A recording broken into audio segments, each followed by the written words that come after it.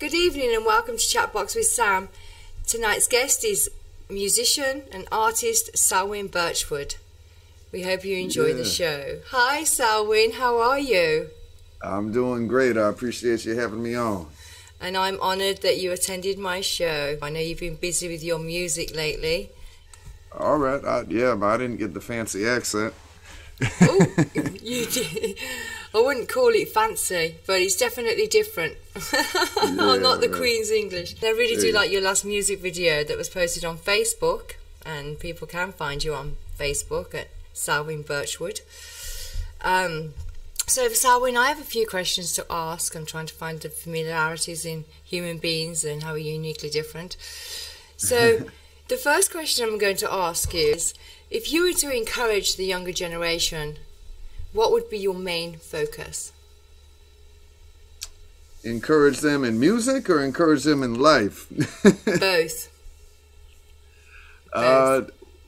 Well, I mean, I guess it's one and the same to some degree, but in music, I encourage, if people think it's for them, then to go do it. But at this point, I encourage people just to listen to music that has instruments in it. I mean, my bar is pretty low right now. I guess I'm just old-fashioned in that way. I like music that has instruments being played in it, and man, I just encourage people to pick up music if they think they're in for it. If they think it's for them, then do whatever makes you happy, man. For me, that's music. I can't go a single day without listening to music, without playing my guitar.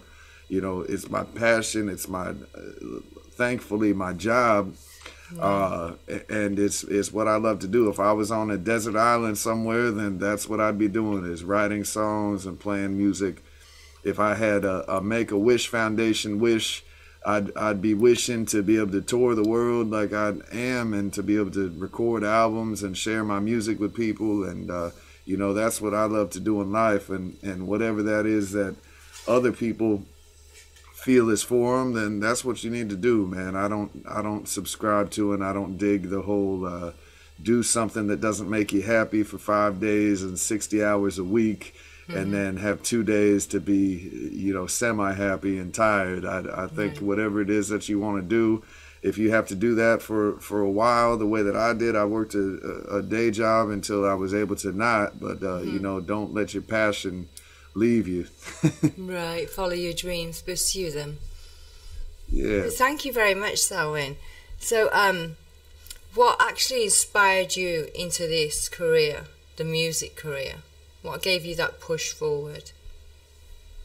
For me, it's one of those things that I had always loved music from a young age, and it's just been a long time like that. I decided when I was in middle school that I wanted to pick up an instrument.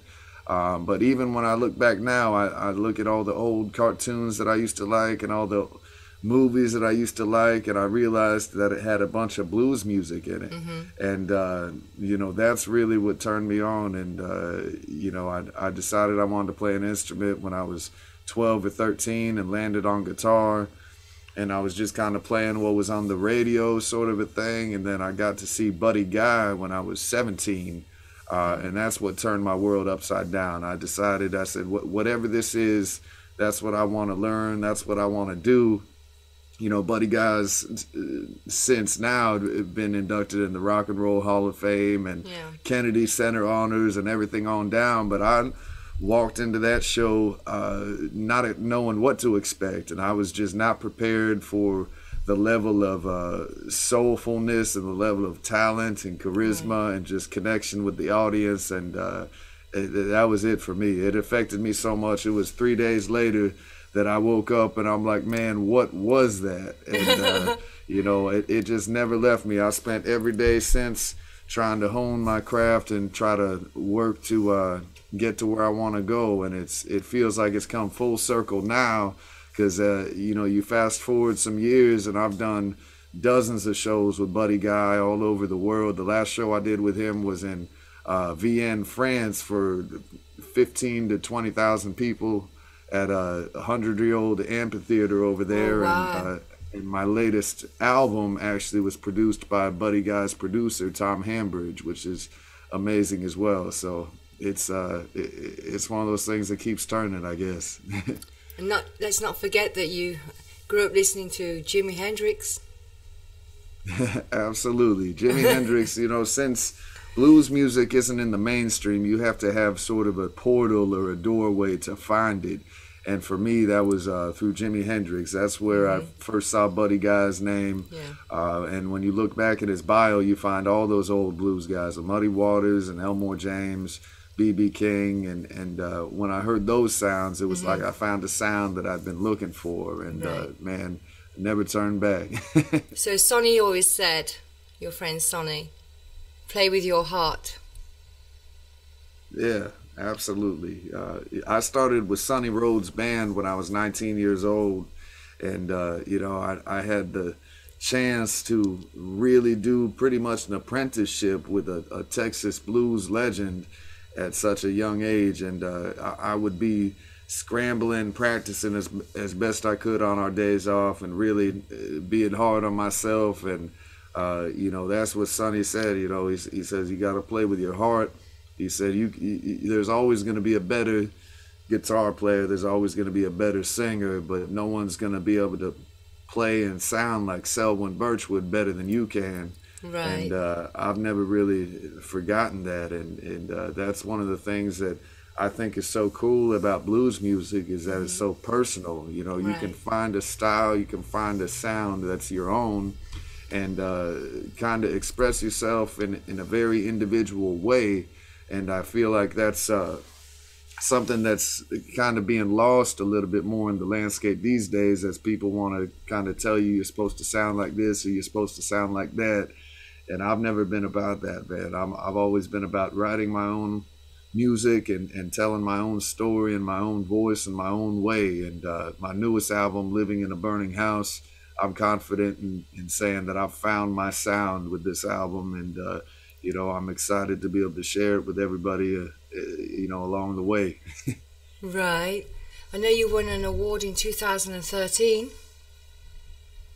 Yeah. How did you feel about that?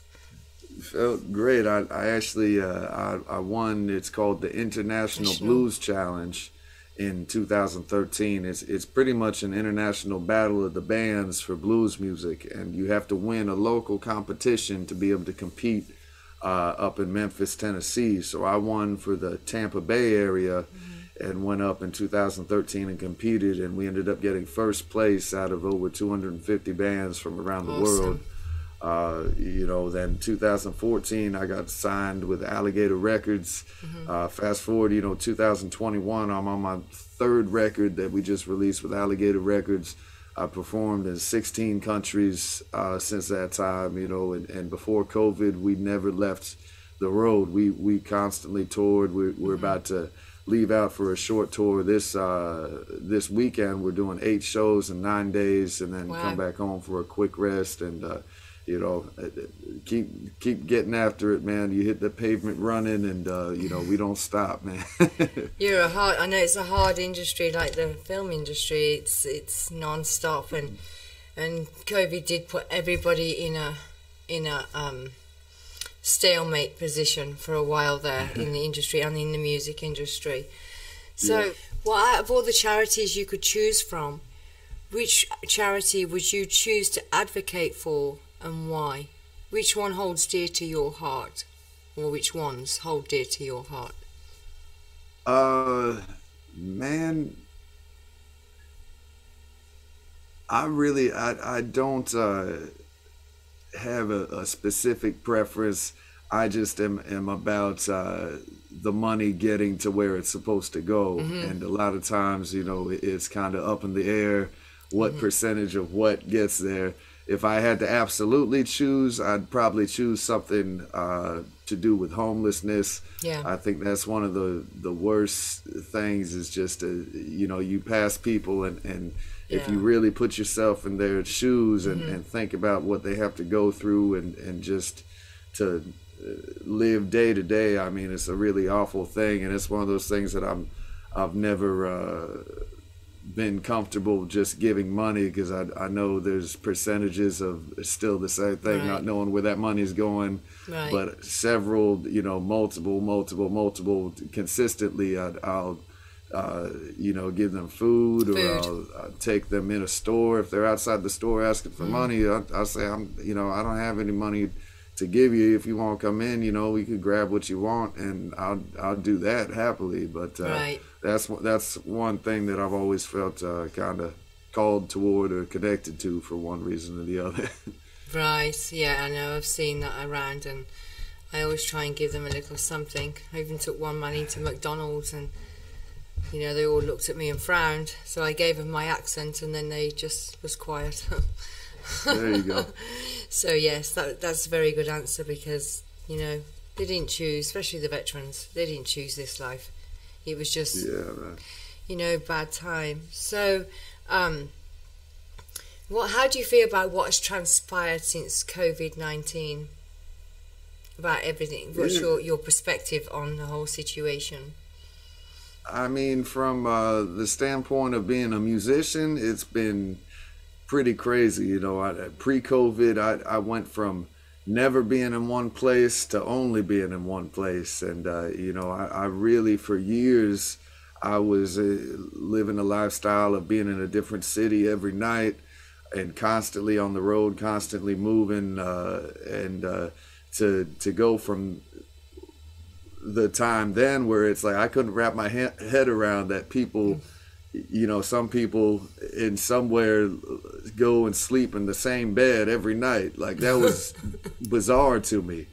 And to go from that literal kind of a sense and feeling to, okay, I can't leave my house, I can't perform music, I can't, you know, do anything except for maybe try to get on the computer and perform. And Right. that's a very strange thing. You know, it really had turned the entire industry upside down. It just drew everything to a halt, and all the uncertainty with it of us not knowing if we'd ever be able to, you know, get back Right. to perform live. I mean, this time last year, we didn't know if that would ever be a thing again. So I know. it was really a tough thing to get through, and pretty disheartening. And you know, it's just really made me grateful, at least, because even the smallest gig that you have to do, it's like I used to think in those terms. Oh, I have to go do this gig. And now it's like, no, I get to. Yeah. I get to go do this gig. And, you know, it really puts a check on you, man. It does. And I seen an orchestra once, and they all came in. There was like quite a lot of them, and they all did a Zoom, and they played their instruments over Zoom, so people would have some classical music to listen to. But, by the way, I played the trumpet when I was younger. All right, man. Yes, organ Yeah. and the trumpet. So I do like the jazzy sound. So. Yeah, I played a Y50 on my trumpet. I was There only you go. like 10. But I do love that music.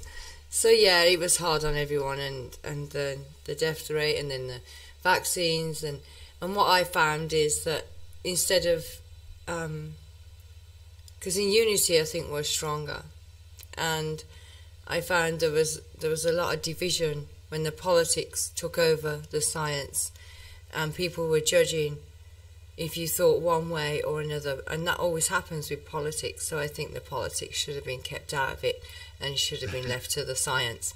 Is there anything that no one has asked you in an interview that you would have liked them to ask you?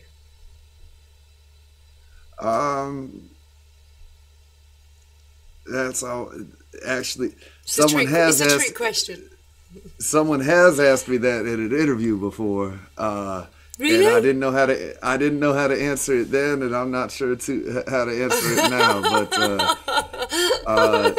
That's you know, okay. I just There's no right or wrong answers. yeah, I just you know, I'm just all about music, man. I Yeah, love you love your music. performing. I love traveling and performing. I love writing. I love everything about music. And for me, I guess that maybe the underlying reason as why I do it is might be the question. And yeah, for me, that's what it is, because you know, a lot of times I don't find that I relate with other people very well. I don't see eye to eye with a lot of people, but I feel like through music, I'm able to, you know, I can go in front of a group full of strangers every night and I can squeeze my guitar, right, and, you know, I find some common ground with people, and I've found a way through music to relate, you know, my story to the rest of the world, and to right, relate my personality, the good and the bad, to the rest of the world. And, you know, for me, it's medicine. I'm not okay when I'm not doing it.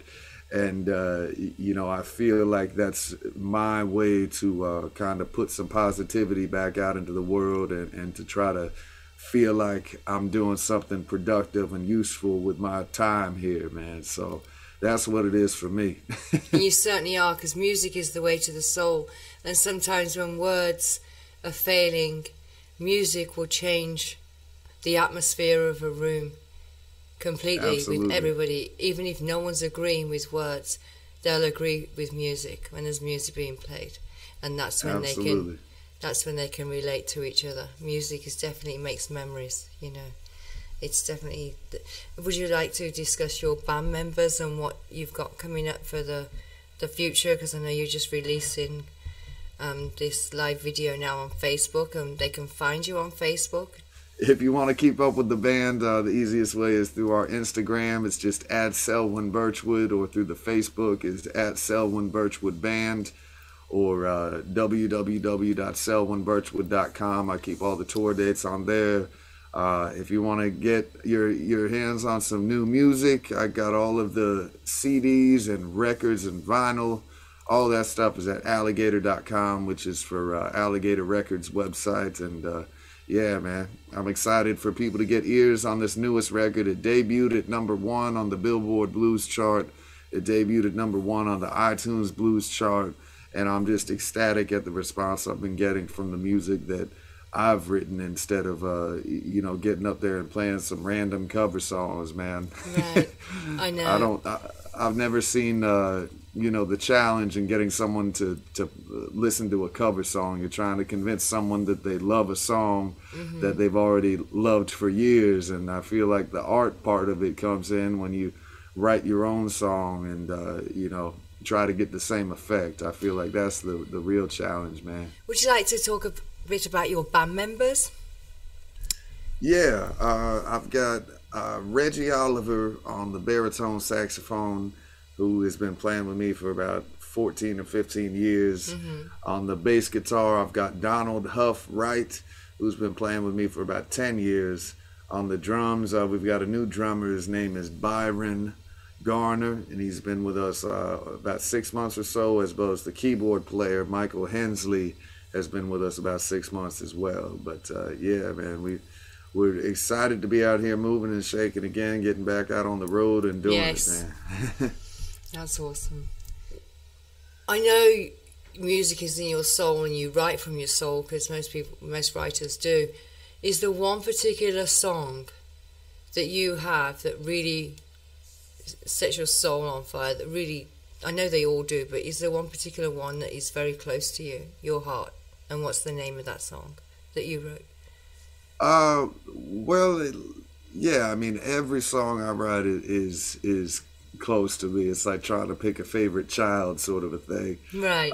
But the one of the more personal ones is the one that I did with the latest music video, "Searching for My Tribe," which is just pretty much a song about my own personal search and personal journey for self-actualization, and right. You know, just my kind of trials and tribulations of trying to get through this life, man. And yeah, we did a really good music video for it, and yeah, check it out, man. Oh, Searching for My Tribe. I'm checking it out, all of it. Well, yeah. Selwyn Birchwood, thank you so much for attending Chatbox with Sam. It's been an honour and a pleasure to talk with you. You seem a very wonderful soul, and put that music out there and inspire. Thank you, Selwyn. Absolutely. Thank you so much for having me on. Thank you, Selwyn. God bless you. Take it easy. Take spiritual blessings.